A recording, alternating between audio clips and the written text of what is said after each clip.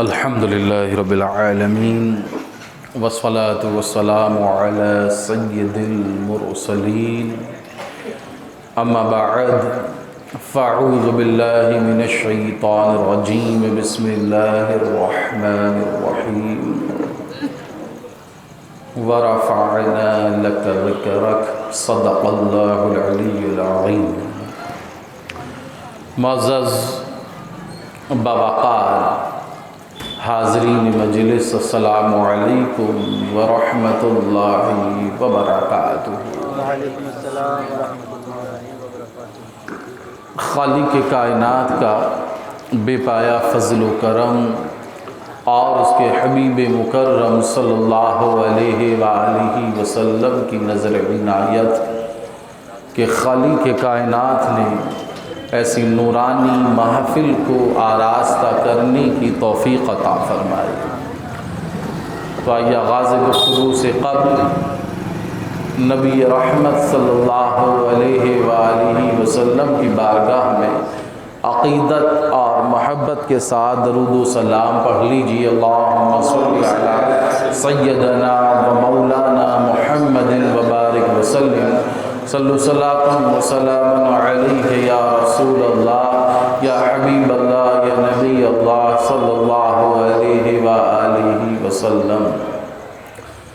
غم سبھی راحت و تسکین میں ڈھل جاتے ہیں. غم سبھی راحت و تسکین میں ڈھل جاتے ہیں. جب کرم ہوتا ہے حالات بدل جاتے ہیں. جب کرم ہوتا ہے حالات بدل جاتے ہیں. اور کوئی دیکھے تو ذرا ان کی دہائی دے کر، کوئی دیکھے تو ذرا ان کی دہائی دے کر، عشق صادق ہو تو پتھر بھی پگھل جاتے ہیں. عشق صادق ہو تو پتھر بھی پگھل جاتے ہیں. اور عشق صادق کا حضرت قبلہ واقعہ امام جامی علیہ رحمہ کا واقعہ بیان کر رہے تھے.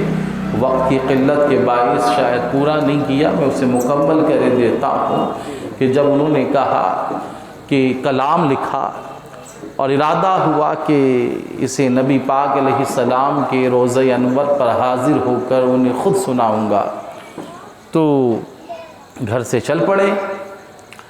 تو مدینے کے گورنر کے خواب میں نبی رحمت علیہ السلام تشریف لائے اور کہا کہ بھئی جامی کو آنے مت دینا. اب وجہ کوئی نہیں بتائی.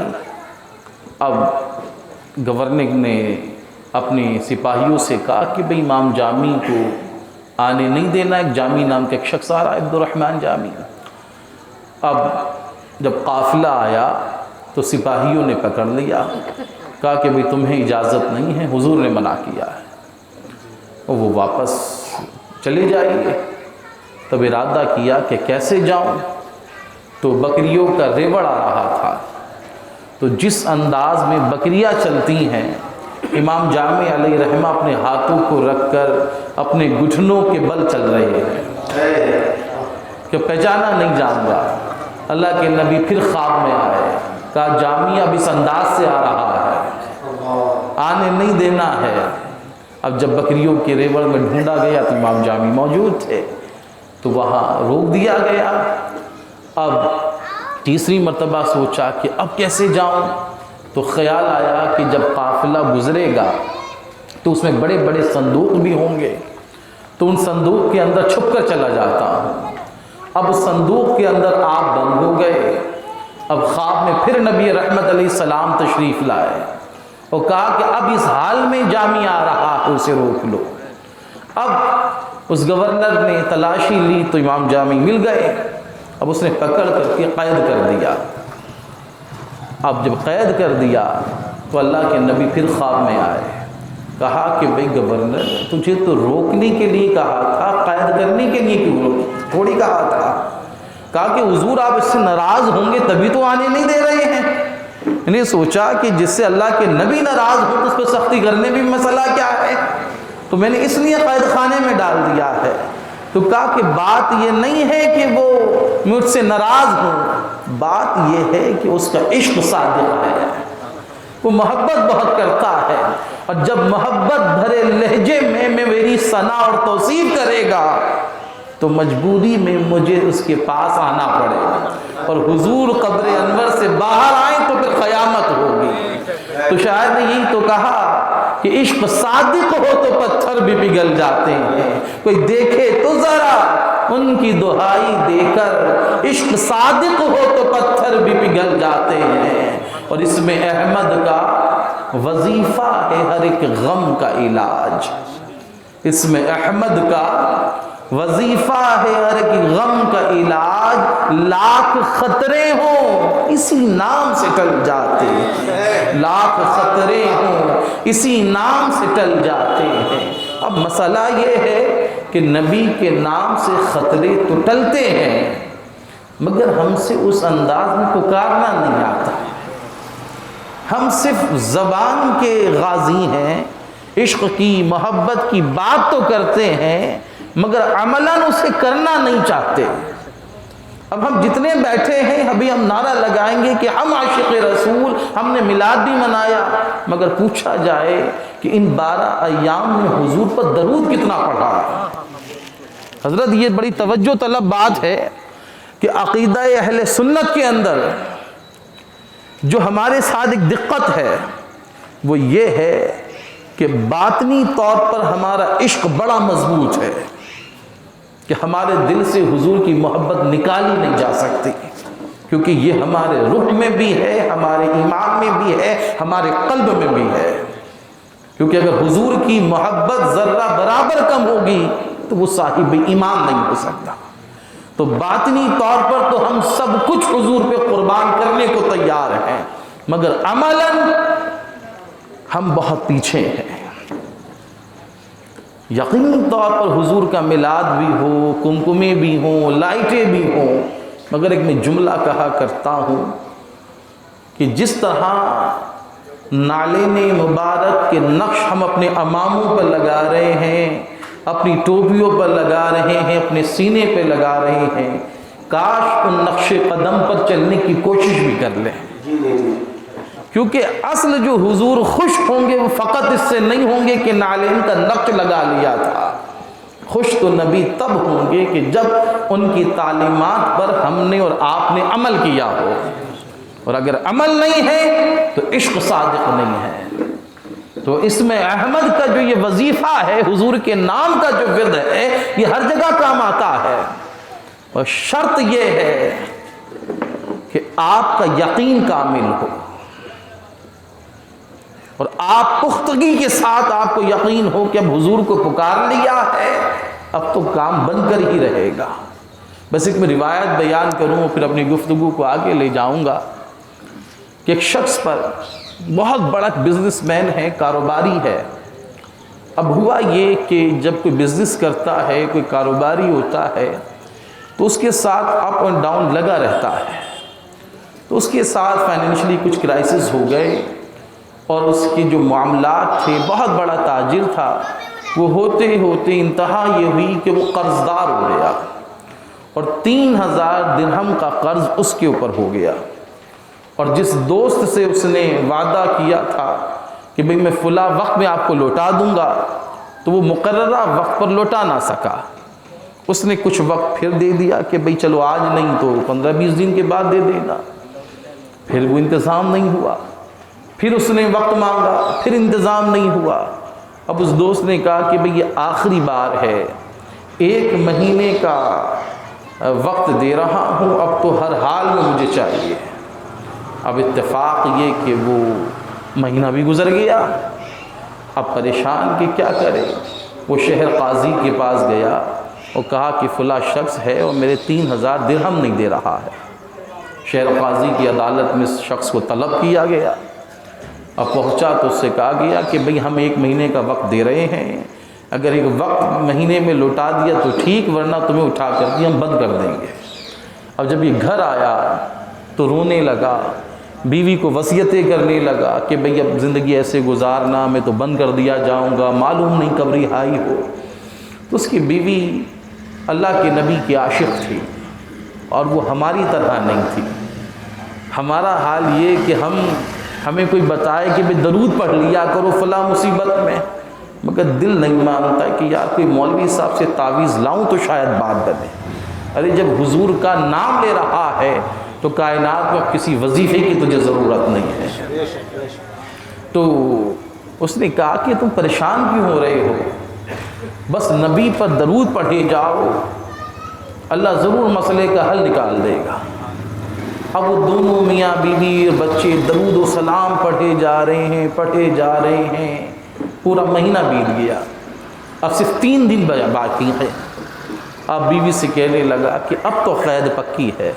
اس نے کہا کہ ابھی نہیں، حضور کا کرم ضرور ہوگا، وہ دے سکتے ہیں کیا کیا کچھ نہیں دیتے، یہ بحث نہ کر ہوش میں آ اور بھی کچھ مانگ۔ جن لوگوں کو شک ہے کہ کرم ان کا ہے محدود، ان لوگوں کی باتوں میں نہ آ اور بھی کچھ مانگ۔ تو اس نے کہا کہ تو پریشان ہونے کی ضرورت نہیں ہے، کرم ضرور ہوگا۔ 27 دن گزرے، 28واں دن ہے، 29ویں شب ہے، اللہ کے نبی خواب میں تشریف لائے، کہا کہ بھئی بڑے پریشان ہو، یہ حاجت ہے تمہاری، جاؤ جو شہر کا امیر ہے اس کے پاس جاؤ، میرا سلام کہنا اور اپنا مسئلہ بیان کرنا، وہ تمہیں ضرور عطا کر دے گا۔ اس نے کہا کہ ٹھیک۔ اور جب آنکھ کھل گئی تو خیال آیا کہ یار اگر میں جاؤں اس سے جا کر کے کہوں کہ مجھے 3000 درہم کی ضرورت ہے، حضور نے سلام کہلوایا ہے، تو یقین کیسے کرے گا، وہ کیسے مانے گا کہ واقعی جو ہے وہ میں سچ بول رہا ہوں۔ ابھی ڈر کے مارے نہیں گیا، اب 30ویں شب بھی آ گئی۔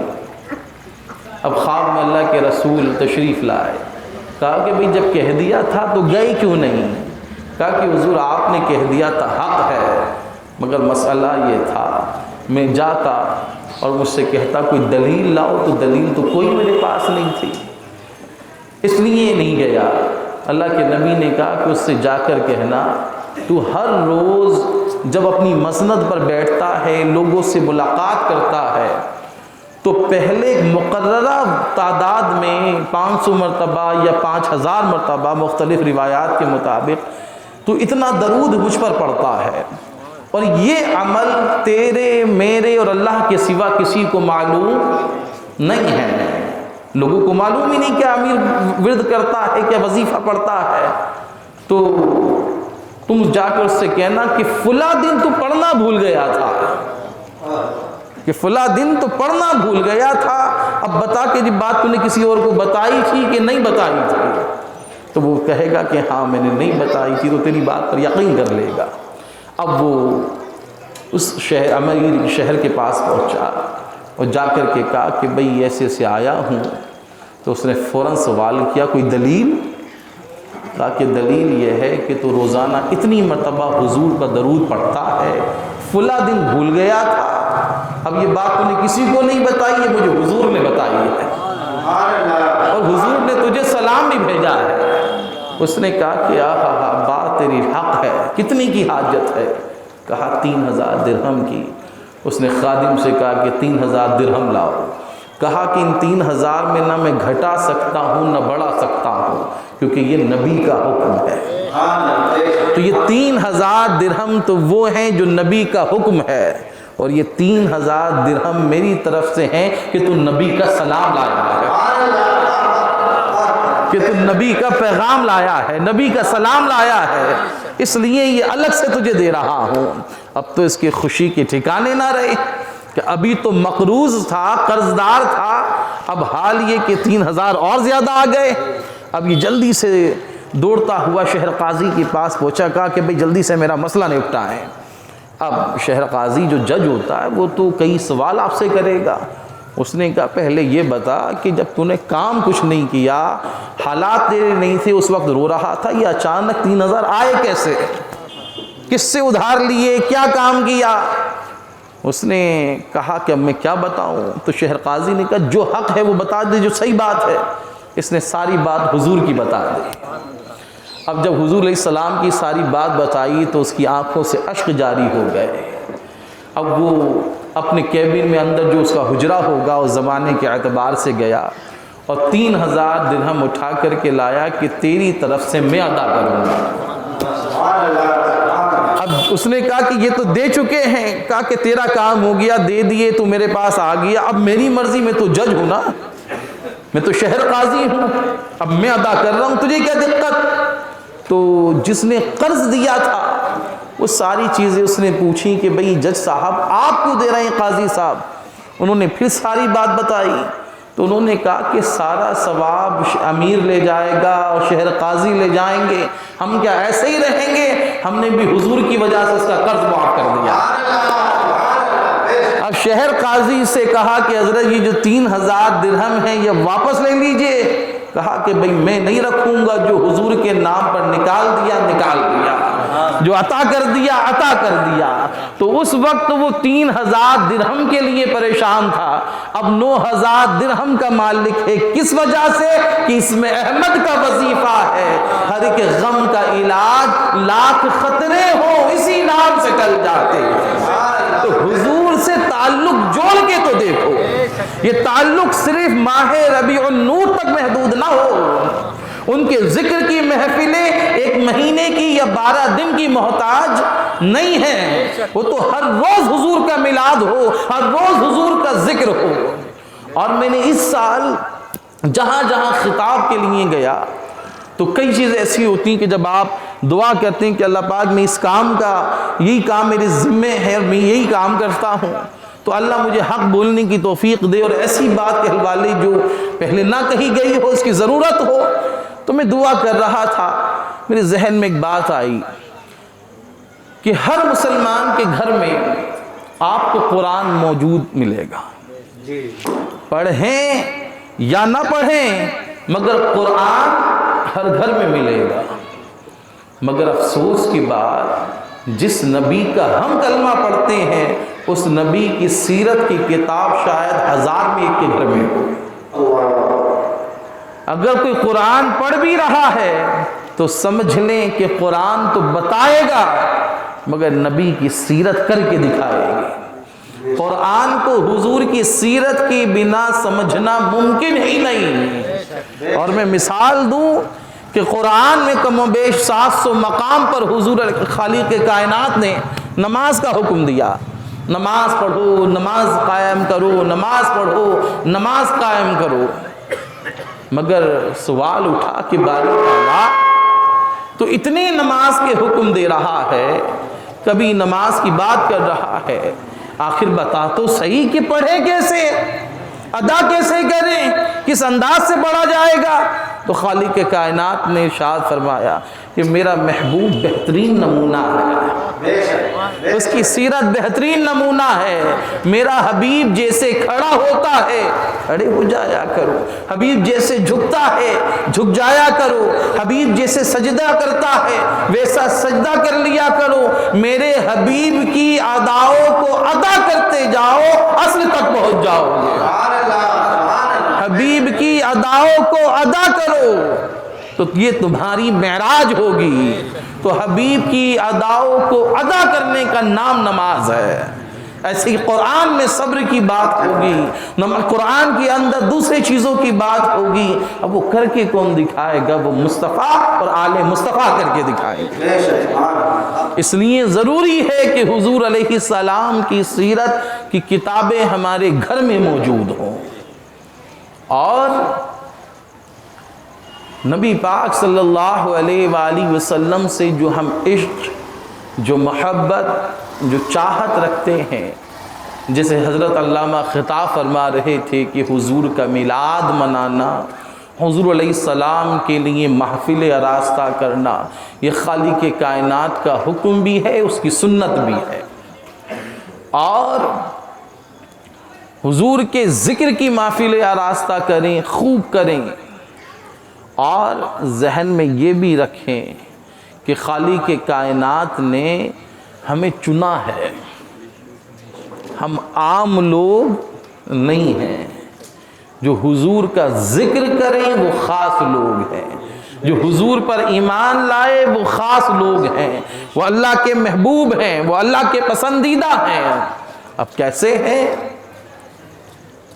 نبی پاک علیہ الصلوۃ والسلام کے صحابہ موجود ہیں اور حضور علیہ السلام نے فرمایا کہ مبارکباد ہو تمہیں کہ تم ایمان لے آئے، اور 3 بار مبارکباد انہیں کہ جنہوں نے مجھے دیکھا نہیں ہوگا اور مجھ پر ایمان لائے۔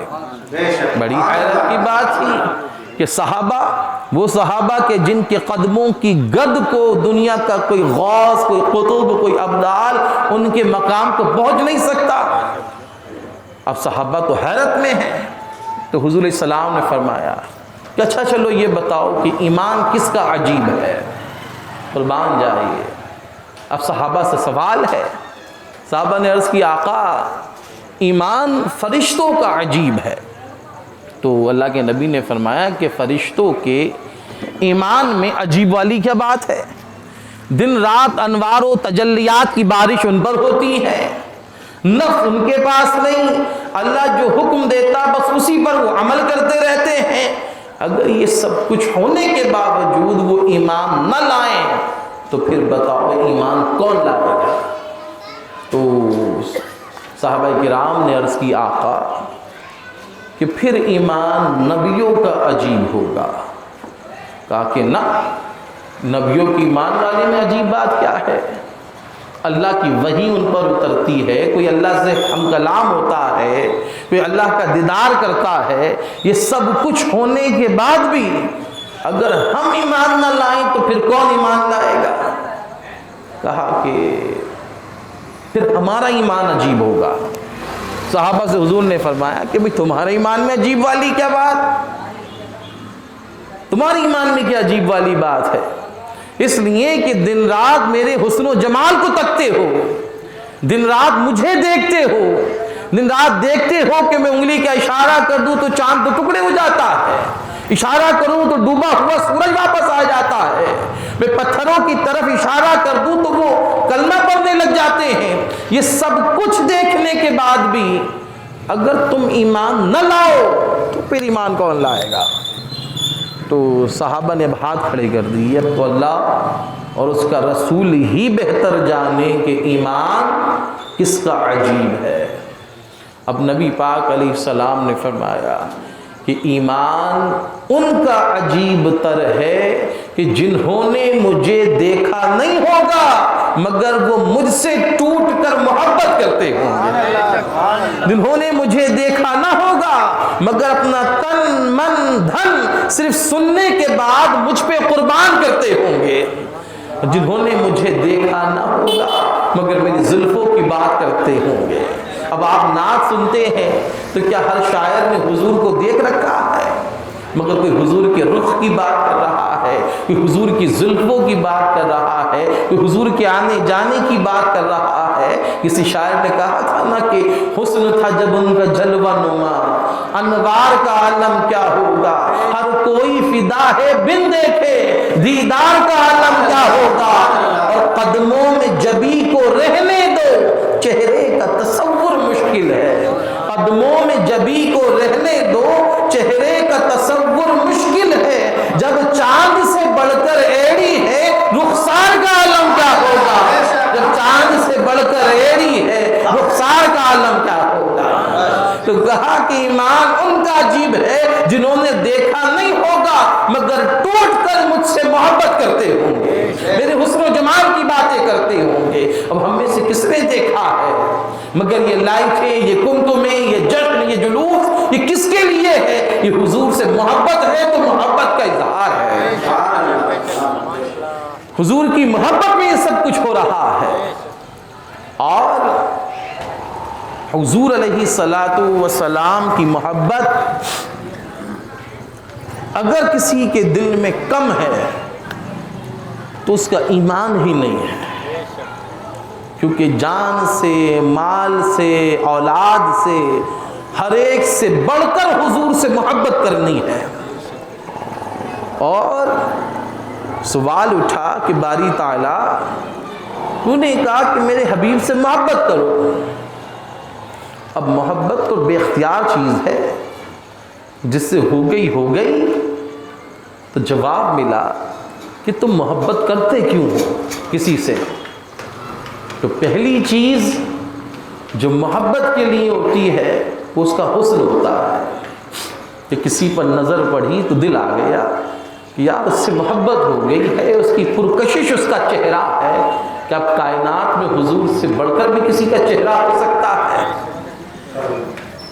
اور حضور کے چہرے کے تعلق سے روایت میں آتا ہے کہ نبی پاک علیہ الصلوۃ والسلام مدینے کی وادیوں سے نکل کر باہر تشریف لے گئے، اور وہاں ایک قافلہ آیا ہوا تھا، تو دیکھا کہ وہاں ایک خوبصورت اونٹ ہے، سرخ اونٹ، اللہ کے نبی کو پسند آ گیا، اور نبی پاک علیہ السلام نے ان سے طے کر لیا کہ بھئی اتنی قیمت پر یہ اونٹ مجھے بیچ دو۔ انہوں نے بیچ دیا۔ اب حضور علیہ السلام کیونکہ خریدنے کے ارادے سے تو گئے نہیں تھے کہ جو سارا پیسہ اور جو بھی کچھ تھا طے ہوا تھا وہ لے کر جاتے۔ حضور نے کہا کہ بھئی اونٹ لے جا رہا ہوں، تمہاری قیمت بعد میں پہنچواتا ہوں۔ اب انہوں نے اونٹ حضور کو تھما دیا، اور جب حضور چلے گئے آنکھوں سے اوجھل ہو گئے، تو اب وہ قافلے والے آپس میں ڈسکس کر رہے ہیں کہ بھئی کوئی انہیں جانتا تھا؟ سب نے کہا کہ نہ جانتے تو نہیں تھے۔ کہا کسی نے نام پوچھا؟ کہا کہ نام بھی نہیں پوچھا۔ کہا کہ کوئی ایڈریس معلوم کیا؟ کہا کہ ایڈریس بھی معلوم نہیں کیا۔ کہا ایسے ہی دے دیا، اب کیا ہوگا؟ اب اونٹ تو گیا، ہم تو جانتے ہی نہیں اسے، آج رکیں گے، کل ہم نکل جائیں گے، نہیں آیا تو کیا ہوگا؟ اب آپس میں گفتگو کیا کر رہے ہیں، یار پوچھتے کیسے؟ جب اس کو ہم دیکھ رہے تھے وہ بولتا تھا تو اس کے لبوں سے پھول جھڑتے تھے، کہنے لگا کہ جب وہ مسکراتا تھا نا وہ شخص، تو اس کے چہرے کے عکس کے اندر ہمیں یہ پہاڑ نظر آتے تھے، وادی نظر آتی تھی۔ اتنے میں اس قافلے کی سردار کی بیوی حجرے سے باہر جھانکتی ہے، جو خیمہ لگا تھا اس سے باہر جھانک کر کہتی ہے کہ گھبراؤ نہیں، وہ ضرور آ جائے گا۔ کہا کہ اچھا آپ جانتی ہوں گی انہیں؟ کہا کہ نہ جانتی تمہیں بھی نہیں ہو۔ کہا کہ پھر کیوں دعویٰ کر رہی ہو؟ کہا کہ جس کا چہرہ اتنا حسین ہو، جس کے بولنے میں وہ شائستگی ہو کہ جب بولتا ہو تو پھول جھڑتے ہو، راہ سے گزرتا ہو تو راہ مہک جاتی ہو، تو خدا کی قسم وہ جھوٹ نہیں بولتا۔ ابھی یہ تذکرہ چل ہی رہا تھا کہ ایک شخص دوڑتا ہوا آیا، کہا کہ بھئی جو کھجوریں طے ہوئی تھی اونٹنی کے بدلے میں وہ لایا ہوں، اور اس کے علاوہ بھی کھجوریں لایا ہوں۔ پورے قافلے والوں نے پوچھا کہ کھجوروں کی بات میں ہوگی، بتاؤ تو صحیح کہ وہ کون ہے، اس کا نام کیا ہے؟ کہا کہ ہم انہیں محمد رسول اللہ کہتے ہیں۔ کہا کہ ابھی تک تو جانتے نہیں تھے، ذرا ملاقات تو کراؤ۔ جو ایک خدا کی بات کرتا ہے، جو ایک دھرم کی طرف بلاتا ہے، وہ جھوٹا نہیں ہو سکتا، جس کا حسن و جمال اتنا اچھا ہے۔ تو کسی سے محبت اس لیے تو کرو گے نا کہ وہ حسین ہے، اب حضور سے بڑھ کر کوئی حسین ہو تو لاؤ۔ اور حضور کے بچپن کے واقعے میں حضرت شیمہ بیان کرتی نا، حضرت حلیمہ سعدیہ، کہ جس دن سے بھائی محمد ہمارے گھر میں تشریف لائے تھے تو اندھیری کوٹھری میں اماں کو جانا ہوتا تو اماں چراغ تلاش نہیں کرتی تھی، بھائی محمد کو گودی میں اٹھاتی، اندھیری کوٹھری میں لے جاتی، اجالا ہو جاتا تھا۔ حضرت جابر سے کسی نے پوچھا کہ بھئی حضور کے حسن و جمال، تو کہنے لگے کہ 14ویں کا چاند تھا، اپنے آب و تاب کے ساتھ چمک رہا تھا، اور اللہ کے نبی آنگن میں سرخ لباس میں زیبتن کیے ہوئے، دھاری دار لباس ہے، آرام فرما رہے تھے۔ اب میں کبھی چاند کو دیکھتا، کبھی حضور کو دیکھتا، کبھی چاند کو دیکھتا، کبھی حضور کے مکھڑے کو تکتا۔ اب میں حیرت میں تھا کہ حسین کون زیادہ ہے، چمک کس میں زیادہ ہے۔ کہا بہت دیر دیکھنے کے بعد میں نے ڈیسائیڈ کیا کہ آسمان کے چاند میں وہ بات نہیں ہے جو آمنہ کے لال میں۔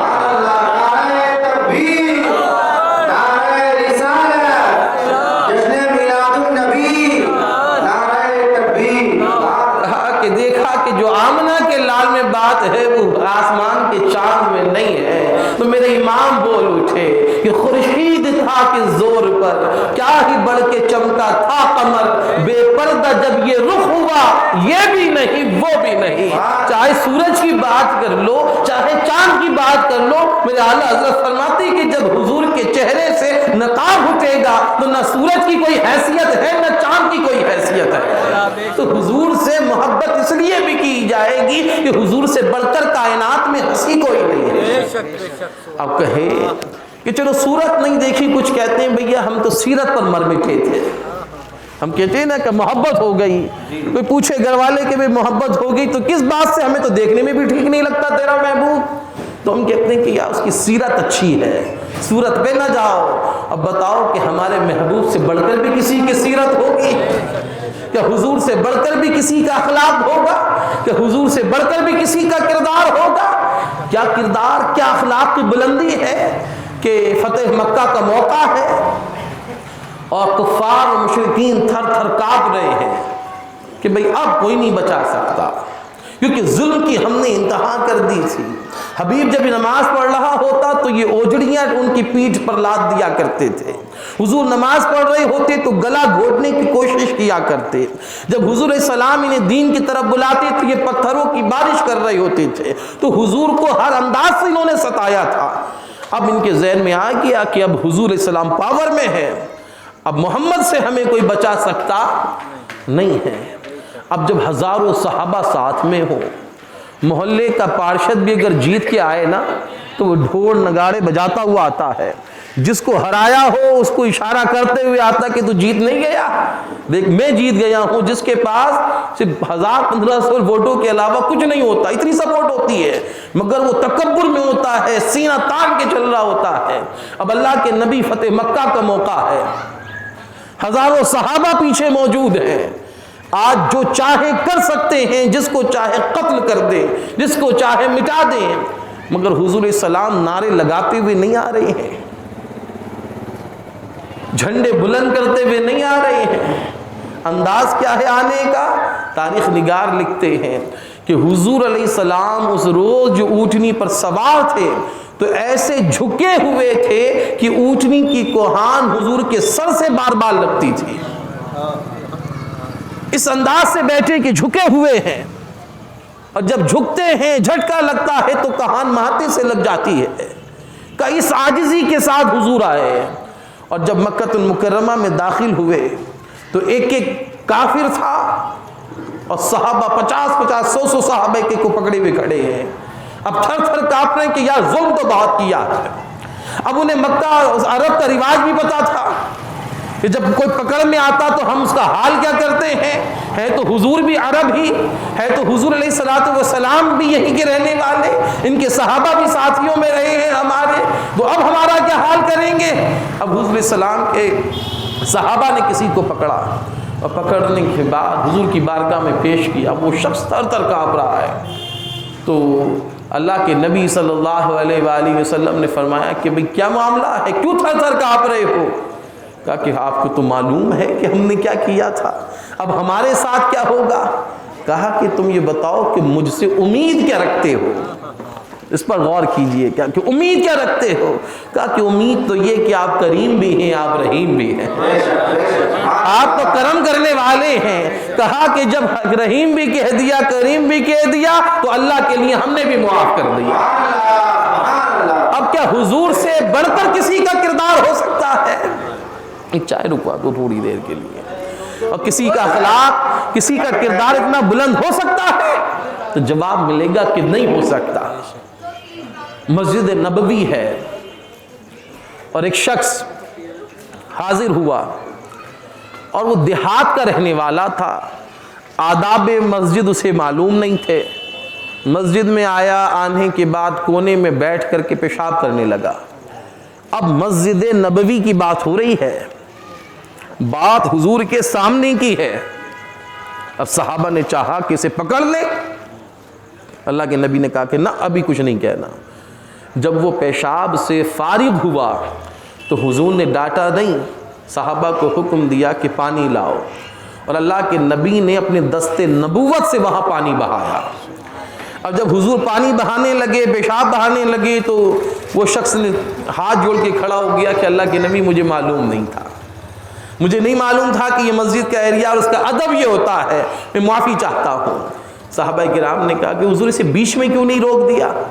کہا کہ اب تو کرنے تو بیٹھ ہی گیا تھا، پیشاب تو نکل ہی گیا تھا، اچانک روکتا تو ممکن تھا، اچانک روکنے کی وجہ سے یہ بیمار ہو جاتا، حق بڑاہٹ میں اٹھاتے تو اس کا لباس گندا ہو جاتا، تو میں تو رحمت بن کر آیا ہوں، اب تو جو کر دیا تھا، اب سمجھانے کی ضرورت بھی کیا تھی؟ میں نے پانی بہایا، یہ خود سمجھ گیا کہ یہ کا احترام کیا ہوتا ہے۔ آج ہمارا حال کیا ہے کہ ہماری مسجدوں کے اندر اگر کوئی ذرا سا کسی کا موبائل کھلا رہ جائے نا، تو وہ روز اس موبائل کو چلاتا ہے مگر اس کو بٹن اب نہیں ملتا، دوبارہ بھی بولتا ہے۔ کیوں؟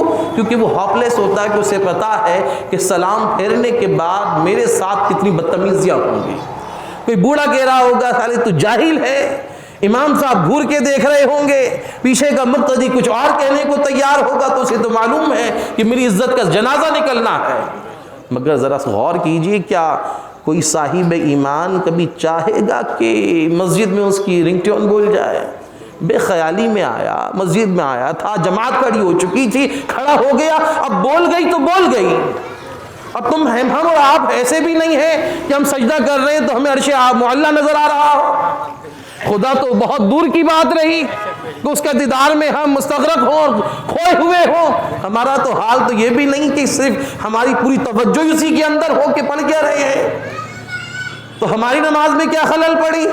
مگر ہم نے اس کو ذلیل کیا، اس کو رسوا کیا، اس کی بے عزتی کری، تو اللہ کی بارگاہ میں ہماری عظمتیں نہیں لکھی جائیں گی، ہم گناہگار لکھے جائیں گے۔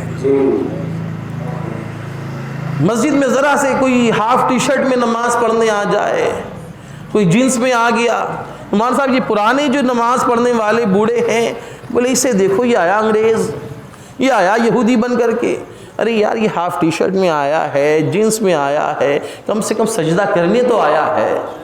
نماز بے حیائی و بری باتوں سے روکتی ہے۔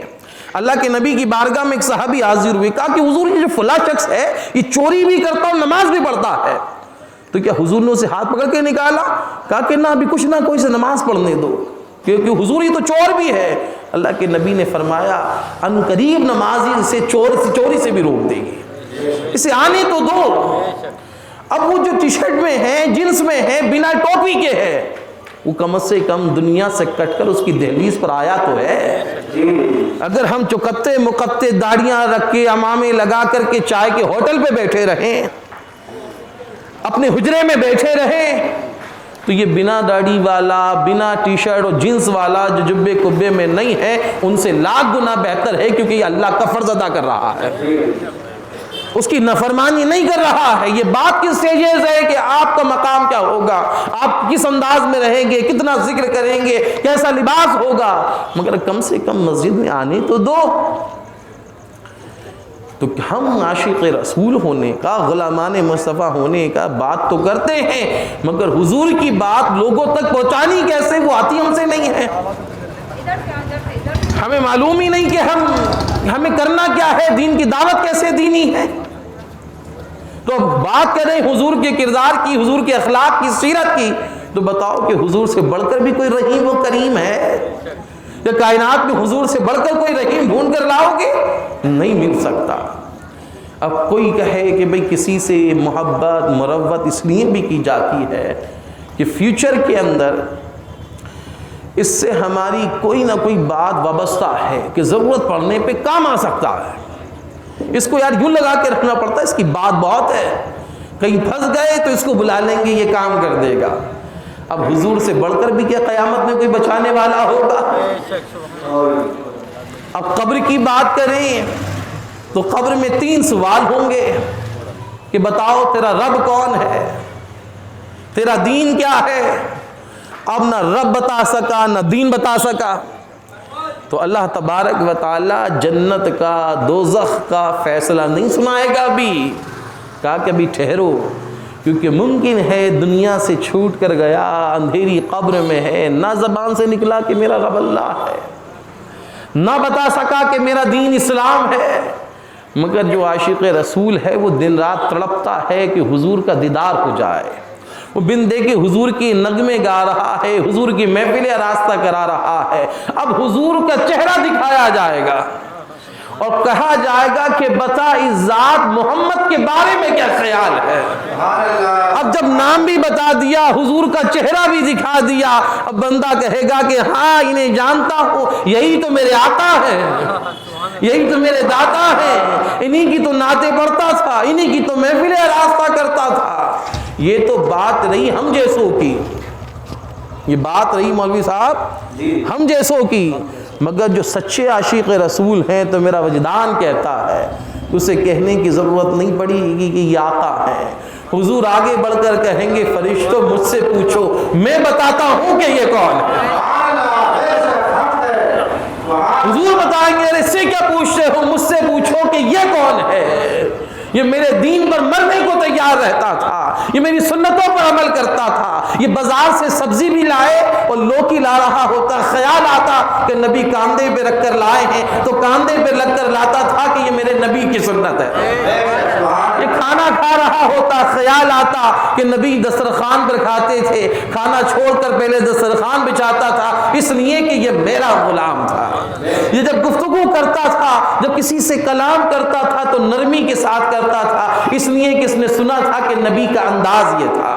جب چلتا تھا راہوں سے تو نیچی نگاہ کر کے چلتا تھا، اسے معلوم تھا کہ نبی کی طرح چلنے میں جو ثواب ہے وہ کسی اور میں نہیں ہے۔ یہ میرا غلام ہے، مجھ سے پوچھو کہ لوگوں کے ساتھ ہمدردی کرتا تھا، لوگوں کے ساتھ بھلائی کرتا تھا، لوگوں کے ساتھ نیکیاں کرتا تھا، اس لیے کہ یہ میرا غلام ہے۔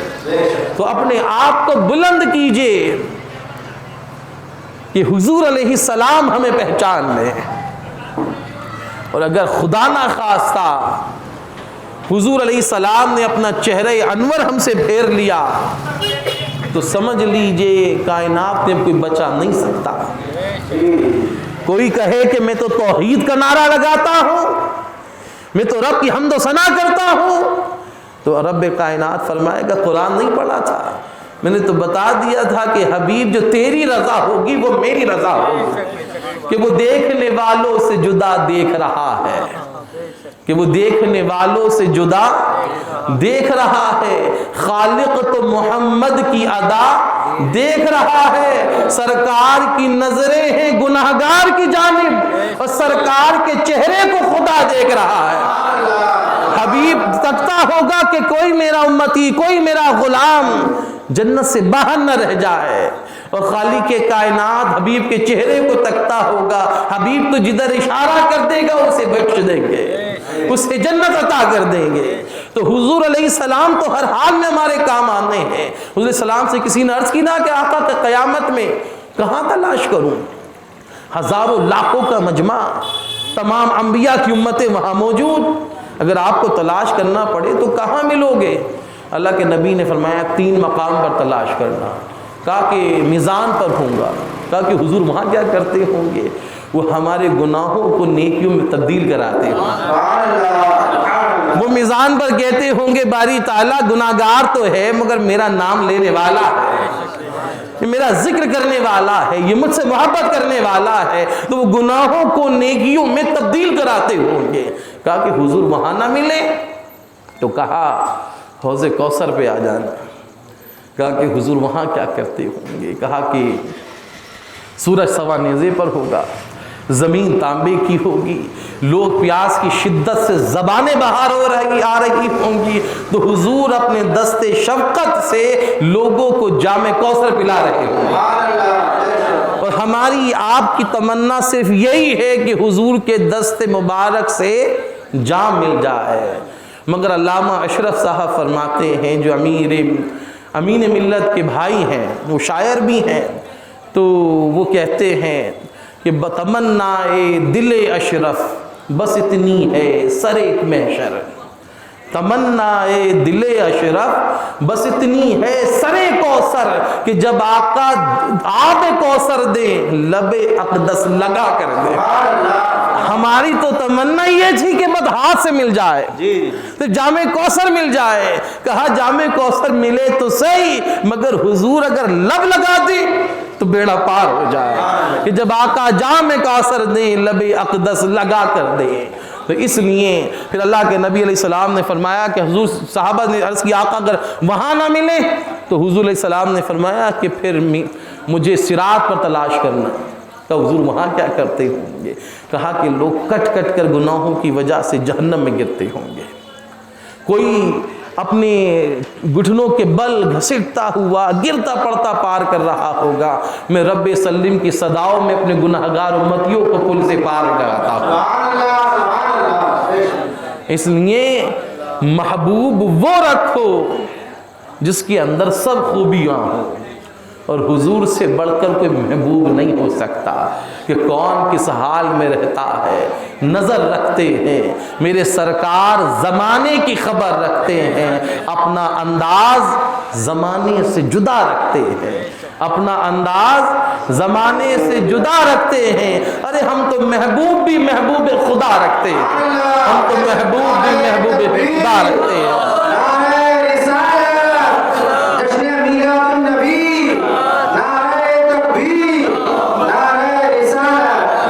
تو کہا کہ محبوب بھی محبوب خدا رکھتے ہیں. تو حضور سے تعلق مضبوط کیجئے, حضور سے رشتہ مضبوط کیجئے. مگر یہ سمجھ لیجئے کہ میں جب خطاب کرتا ہوں تو ہر شخص خوش نہیں ہوتا. میری مخالفتیں بھی آپ کو شہر بھر میں بڑی ملیں گی کہ میاں ان کا معاملہ یہ اور وہ. تو میرا بات یہ ہے کہ بھائی میں جتنا پڑھا ہے اور پڑھنے سے زیادہ جو بزرگوں کی صحبت ہم نے اٹھائی ہے, اور وہ صحبت فقط کسی ذات کی نہیں ہوتی. آپ کسی تصوف کی کوئی کتاب پڑھ رہے ہوں تو آپ کا عقیدہ یہ ہونا چاہیے کہ ان کی روح کو اصالِ ثواب کرے. آپ شیخ سعدی کو پڑھ رہے ہیں, آپ داتا علی حجویری کو کشف المعجوب میں پڑھ رہے ہیں, آپ ان کے لیے اصالِ ثواب کیجئے. پھر کہیے کہ پڑھ میرا ہوں پڑھا آپ دیں. تو ان کی روح جو اللہ والے ہیں جہاں چاہے آ جا سکتی ہیں. تو یہ جو شاعر ہوتے ہیں وہ آپ کو قوال ہوتے ہیں یا ثنا خواں ہوں, ایک لمحے میں جنت و جنت الفردوس میں بٹھا دیتے ہیں. میں ایک جگہ خطاب کرنے گیا تو وہاں اتفاق یہ ہوا کہ جن کا انتقال ہوا تھا ان کا 40واں چاند کی 11 تاریخ میں بیٹھ گیا. اب باپ نیا نیا مرا ہو تو نیا نیا غم بھی ہے.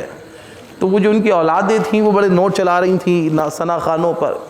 تو مقرر صاحب نے بھی دیکھا کہ موقع غنیمت ہے تو انہوں نے کہا کہ بھئی بڑی خوشی ہوئی, بڑی راحت ہوئی, اور صاحب خانہ کو اور آپ کو بچوں کے نام لے لے کر کے کہ صاحب مبارک ہو جاؤ, ہم نے کہہ دیا وہ جنتی ہیں. اور اس کے بعد بولے بھئی اس لیے ایسے ہی نہیں کہہ رہا ہوں, دلیل ہے میرے پاس. اب دلیل حضرت کس کی ہوگی؟ قرآن کی ہو, حدیث کی ہو. اب ان کے پاس دلیل یہ تھی کہ صاحب چاند کی 11 تاریخ میں کیونکہ 40واں ہوا ہے تو غوث پاک ان کی بخشش کرا دیں گے. تو ہر تاریخ کسی نہ کسی نبی سے, کسی نہ کسی ولی سے منسوب ہے. 6 میں مرا تو خواجہ غریب نواز, 13 میں مرا تو صابر پاک, 28 میں مرا تو حضرت اشرف میاں. تو کوئی نہ کوئی تاریخ کسی نہ کسی سے ملے گی. تو یہ سمجھ لیں فقط تاریخوں سے بخشش ہونے والی نہیں ہے, بخشش ہوگی اپنے اعمال پر, اپنے کردار پر. شفاعت حشر کے میدان میں ہوگی. مگر جو برزخ کا معاملہ ہے حضور کو پہچان بھی لیا تو بات صرف اتنی کلیئر ہو رہی ہے کہ ایمان والے ہو. بات صرف اتنی صاف ہوئی کہ ایمان والے ہو, کافر نہیں ہو. مگر نمازیں نہیں پڑھی, روزے نہیں رکھے, زکوٰۃ ادا نہیں کری, مال تھا, صحت تھی, حج نہیں کیا, لوگوں کے مال دبائے, لوگوں کو ستایا, لوگوں کو تکلیفیں دیں, وہ برقرار ہے ابھی. اب اس کا تو سوال ہوگا. اب بے نمازی کو تو کیونکہ حضور نے ہی فرمایا کہ قبر ایسے دبائے گی ادھر کی پسلیاں ادھر ہو جائیں گی, تو اس کی تیاری تو مجھے اور آپ کو کر کے جانا پڑے گی. ایسا نہیں ہو سکتا کہ عشق رسول کا دعویٰ ہو کہ میری نس نس بولے نبی نبی اور مسجد میں جاؤں میں کبھی کبھی, یہ ممکن نہیں ہے. اگر آپ عاشق رسول ہیں, غلامان مصطفیٰ ہیں, تو ہماری مسجدیں بھی خوبصورت بھی ہوں اور سجدوں سے سجی ہوئی نظر آئے. بے شک حق ہے. میں لوگوں سے کہا کرتا ہوں کہ صاحب مسجد کی جو زینت ہے وہ قمقموں اور قالینوں سے نہیں ہے نہ ایسیوں سے ہے. مسجد کی زینت مسلمانوں کے سجدوں سے ہے. نماز پڑھیں گے تو کامیابی حاصل ہوگی. یہ جلوس، یہ لائٹنگ، یہ قمقمے، یہ اچھے لباس، یہ ہمارے دل کو سکون پہنچاتے ہیں کہ یہ ہمارا کلچر ہے کہ جب خوشی ہو تو خوشی میں نیا لباس بھی پہنو، خوشی ہو تو خوشبو بھی لگاؤ، خوشی ہو تو گھر پہ لائٹنگ بھی کرو، خوشی ہو تو جو ہے وہ سڑکوں پر جو ہے وہ چونا بھی ڈالو. یہ ہمارا کلچر ہے. تو ہمیں بتا کہ خوشی کا اظہار ایسے ہوگا. مگر حضور سے بھی تو پوچھو کہ حضور آپ کس سے خوش ہو گے؟ تو حضور نے فرمایا نماز پڑھو، نماز میری آنکھوں کی ٹھنڈک ہے. بے شک سبحان اللہ. اب نماز نہ پڑھیں تو بات بننے والی نہیں ہے. نماز کا جواب تو دینا پڑے گا. آپ چاہے جلوس کر لیں، جلسے کر لیں، جیسا چاہے امامہ لگا لیں، جیسا چاہے لباس پہن لیں، نالے نے مصطفیٰ یہاں سجا لیں، جب تک کیریکٹر میں آپ کی جو ہے وہ خرابیاں ہیں، خامیاں ہیں، اللہ کے نبی خوش نہیں ہوں گے. اب آپ ہر سال عمرے کو جا رہے ہیں کہ صاحب حال یہ ہے اس قوم کا کہ جو کام کرنے کے ہیں وہ تو کر نہیں رہی، جو اس کو اچھا لگ رہا ہے وہ کر رہی ہے. مفتی نظام الدین صاحب کا مجھے ایک قول یاد آتا، وہ آپ فرماتے ہیں کہ لوگ یہ کہتے ہیں کہ حق کہنے والے علماء نہیں رہے. کہا کہ حق کہنے والے علماء تو موجود ہیں مگر حق ہم اپنی مرضی کا سننا چاہتے ہیں. جو ہمیں صحیح لگ رہا ہے وہ حق ہے. اب آپ کو شہر میں ایسے مفتی بھی ملیں گے، ایسے پیر بھی ملیں گے کہ صاحب وہ ان کے تو آگے آنے والے 2027 تک حج اور عمرے بک ہے. حضرت کے پاس کھڑا، حضرت عمرے کو چلے جائیں. بھئی 27 تک تو وقت نہیں ہے میرے پاس. ارے یہ مولوی صاحب ہیں ان کو بھیجو. ارے یہ پیر صاحب ہیں. بھیا وہ خود بھی جا سکتے ہیں، پہلے کئی بار ہو آئے، مگر کبھی ان کو بھی تو تلاش کرو جو مسجد کے کونوں میں پھٹے لباس میں رو رو کے دعا کر رہے ہیں کہ کاش ہمیں مدینے کی زیارت ہو جائے. اور ایسے لوگ آپ کو بہت ملیں گے. میرے ملنے والے ہیں، وہ میں نے ان سے کہا کہ یار آپ کی بھویں تک سفید ہو گئی، بزرگی کا یہ حال ہے، اب رات کے 12 بجے تک یہ بینکٹ ہالز کے باہر کیوں آئس کریم کا ٹھیلا لگاتے ہیں؟ کیا گھر میں کوئی دقت ہے؟ کہا کہ نہ بچے کھانا وانا تو کھلا دیتے ہیں، صرف چاہتا یہ ہوں کہ مدینے کی حاضری ہو جائے. کہا کہ دن میں کب بیچتا ہوں، رات میں آئس کریم کا ٹھیلا لگا تو کئی سال سے تو میں دیکھ رہا ہوں کہ کڑکڑی کی ٹھنڈ بھی ہو تو وہ غبارے لیے کھڑے ہیں. کیا لوگوں کو وہ لوگ نظر نہیں آتے؟ کیوں ہم ان کے پیچھے پڑے کہ یہ پیر صاحب جائیں گے، یہ مفتی صاحب جائیں گے؟ ارے ان کی جانے سے کیا ثواب ملے گا؟ یہ آلریڈی تو منع کر رہے ہیں آپ سے. اس لیے ضروری ہے کہ ہم ایسے لوگ، اگر عاشق رسول ہیں تو سچے عاشق بھی تو تلاش کریں. ہمارے یہاں مسجدیں بننے کا کریز ہے. میں 4 دن سے لگاتار خطابوں میں یہ بات کہہ رہا ہوں کہ صاحب وہ آپ اعلان کر دیں کہ فلاں مسجد بن رہی ہے، ایک ایکسپورٹر کھڑا ہوگا جی پتھر میری طرف سے، دوسرا کھڑا ہوگا 20 ایسیا میری طرف سے، تیسرا کھڑا ہوگا جنریٹر میری طرف سے، ایک کہے گا بھائی جتنی لائٹنگ ہوگی، جتنے قمقمے جھومر لگیں گے میری طرف سے. انہی ایکسپورٹر سے کہو کہ مسجد کے جس برابر میں ایک بندہ ایسا بھی ہے جو ترپال ڈال کے رہ رہا، ذرا اس کا بھی لنٹر پڑوا دو. یہ چھپر میں رہ رہا ہے، اس کے بجلی کا کنیکشن کٹ گیا کیونکہ جمع نہیں کر پایا، اس کے بچے اچھے اسکول میں پڑھتے تھے، ان کی فیس نہ جمع کرنے کی وجہ سے یہ دوسرے اسکولوں میں جا رہی ہے، پڑھ ہی نہیں رہے، ان کی مدد کر دو. تو جو وہ لاکھوں روپے کا ٹائلز و پتھر لگا رہا نا، وہ 100 روپے کا نوٹ دکھائے گا، 10 خامیاں نکالے گا کہ جی ہم نے ٹھیکہ لے رکھا. تو کیا معاذ اللہ آپ اللہ کے ٹھیکیدار ہیں؟ اس کو تو گھر کی حاجت ہی نہیں،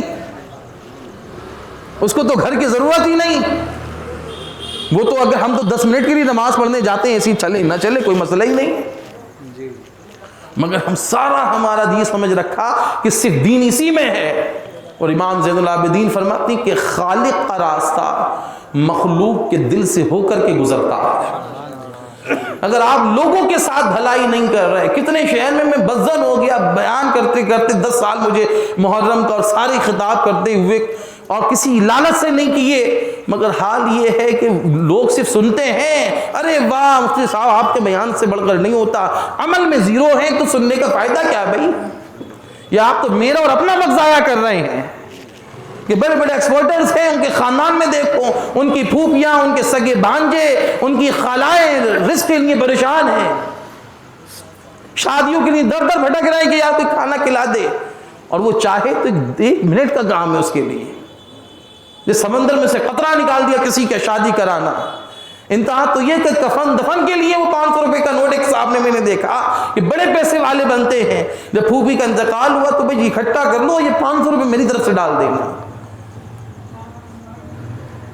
مجھ جیسا جو ہے وہ بیکار آدمی جو 7-8 ہزار روپے کی مسجد کی نوکری کرتا کہ کوئی اللہ نہ کرے ایسا واقعہ پڑ جائے تو پورا تو میں اٹھا کے دے سکتا ہوں الحمدللہ، مگر یہ بڑے لوگوں کا حال یہ کہ جہاں انہیں دکھتا ہے کہ لوگ کہیں گے اچھا ٹائلز آپ نے لگوائے ہیں، اچھا پتھر آپ نے لگایا ہے، 10 بار لوگ کہیں گے، تو کیونکہ انہیں دکھانا ہے، انہیں شو آف کرنا ہے، اس لیے وہ کر رہے ہیں۔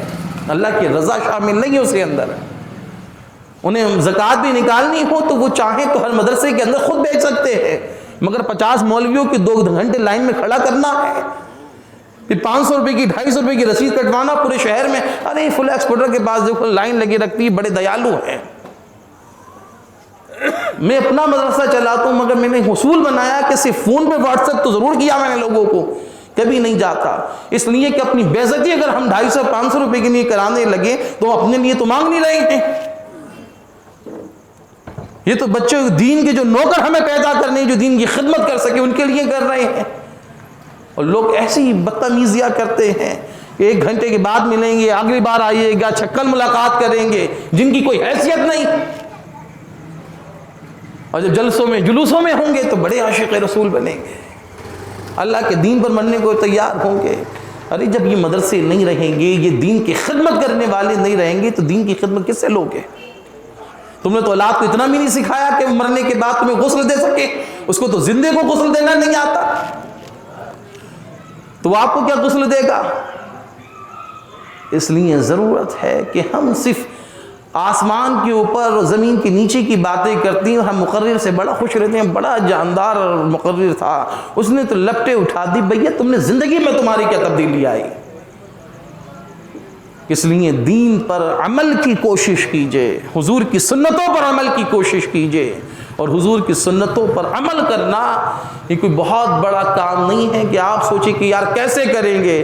ارے یار روز کی جو روٹین ہمارا ہے، ہمیں کھانا تو کھانا ہی ہے، دسترخوان پر بیوی بچوں کے ساتھ بیٹھ کر کھانا کھاؤ، حضور کی سنت ادا ہو گئی۔ روٹی کا لقمہ بنانا ہے، کھانا تو 5 انگلی سے بھی ہے نا، حضور نے کہا کہ روٹی کی انگلیاں 3 انگلیوں سے حضور کھاتے تھے، روٹی کا لقمہ 3 انگلیوں سے کھاؤ، بظاہر تو کھانا کھا رہے ہو، فرشتے لکھیں گے کہ نہیں عبادت کر رہا ہے۔ رزق کو کمانا ہی ہے، اس کو حلال کما کر لاؤ، محنت سے لاؤ۔ اللہ کے نبی فرماتے کہ جو حلال سے رزق حلال کما کے لائے، شام کو میاں بیوی بیٹھ کر کے کھانا کھائیں، پہلا لقمہ میاں بیوی اور بچوں کے منہ میں نہیں جا پاتا، اللہ اس کی بخشش و مغفرت فرما دیتا۔ یہ حضور کی سنت ہے۔ سودا لینے جا رہے ہو، تھیلا لے کے خود جاؤ، کبھی سبزی خرید لی، کبھی گوشت لے آئے، اس نیت سے جاؤ کہ بھئی اس لیے جا رہا ہوں، منگا کاریگر سے بھی سکتا ہوں، مگر یہ حضور کی سنت ہے۔ کبھی گھر کا سامان سمیٹ کے رکھ دیا کرو، کبھی لباس طے کر کے رکھ دیا کرو، اس نیت سے کہ یہ حضور کی سنت ہے۔ کسی راہگیر کو جو ہے راستہ پار کرا دیا کرو، کوئی جانے والا ہے اس کے ٹھیلا نہیں کھینچ رہا ہے، اتر کر کے گاڑی سے دھکا لگا دیا کرو، اس نیت سے کہ یہ حضور کی سنت ہے۔ ماں کی خدمت کرو کہ یار یہ حضور نے ہمیں حکم دیا ہے، بڑوں کا احترام کرو، لوگوں کو سلام کرو کہ یار حضور کی سنت ہے۔ تو زندگی میں یہ شامل کرنے کے ساتھ کھانا کھا رہے، نمکین پہ شروع کر دیا، کیا ہوا؟ بظاہر تو کھائی تو رہے تھے، فرشتے عرض کریں گے باری تعالیٰ کھانا کھا رہا، اللہ فرمائے گا نہیں، حبیب کی ادا کو ادا کر رہا ہے۔ تو بہت بڑا مسئلہ نہیں ہے سنتوں پر عمل کرنا، بس ذرا سی توجہ دے لیں، ذرا سی کوشش کر لیں اور حضور کی سنتوں پر عمل کریں تو انشاءاللہ ہماری دنیا اور آخرت دونوں سنور جائیں گی۔ اور بس آخری بات کہ جب ہم سنتوں پر عمل کرنے لگ جائیں، نمازی بن جائیں، تو خدا کے لیے کسی کی زندگی کو جہنم نہیں بنانا۔ وہ کیسے کہ یار اماں کے اوپر چیختے ہوئے آ رہے ہیں کہ تم تو نماز نہیں پڑھتی، بہنوں کے اوپر چیخ رہے ہیں، بیوی کو الٹا سیدھا بک رہے ہیں، آپ عمل کر رہے ہیں، آپ ادب کے ساتھ، احترام کے ساتھ، آپ عاجزی کے ساتھ ریکویسٹ کیجئے کہ آپ بھی پڑھ لیا کریں۔ مگر یہ نہیں کہ اونچی آواز آپ کی ہو جائے تو آپ کے عمل برباد ہو جائے۔ آپ سنت پر عمل کر رہے ہیں، کیجئے، خوب کیجئے، مگر لوگوں پر ٹون مت کسیے، کسی کی طنز مت کیجئے، کسی کو ذلیل مت کیجئے، تبھی ان سنتوں کا فائدہ ہوگا۔ اللہ کریم مجھے اور آپ کو سننے سے زیادہ عمل کی توفیق عطا فرمائے، اور ہمیں خوب اللہ کے نبی کی سنتوں پر عمل کی توفیق عطا فرمائے۔ کلمہ شہادت پڑھ لیجئے، اشہد ان لا الہ الا اللہ و اشہد ان محمد عبدہ و رسولہ۔ السلام علیکم